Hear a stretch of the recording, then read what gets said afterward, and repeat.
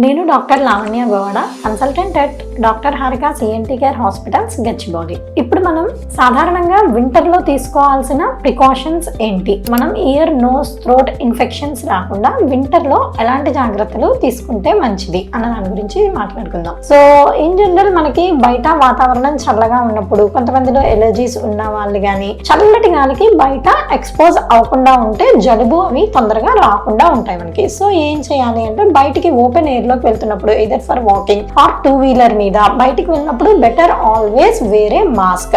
Simple mask ఒకటి మనం use చేయడం వల్ల చలిగాలి అన్నది డైరెక్ట్ గా ముక్కుకి తగలకుండా ఉంటుంది. అలాగే నైట్ టైం కూడా ఏసీ కానీ ఫ్యాన్ కానీ ఫుల్ స్పీడ్ లో ఉన్నప్పుడు మనం థిన్ బ్లాంకెట్ లాంటిది ఏమన్నా ఫేస్ మీద కవర్ చేసుకోవడం మంచిది. అలాగే ఆన్ అండ్ ఆఫ్ కుదిరినప్పుడల్లా స్టీమ్ ఇన్హలేషన్, వేడి నీళ్ళ ఆవిరి పట్టడం అన్నది కూడా ఉపయోగపడుతుంది. అలాగే మనము ఫ్రిడ్జ్ నుంచి తీసిన చల్లటి పదార్థాలు అలాంటివి వెంటనే తినకుండా ఒక 10 నిమిషాలు, పావు గంట బయట పెట్టుకొని తర్వాత తినడం అన్నది కూడా మంచిది.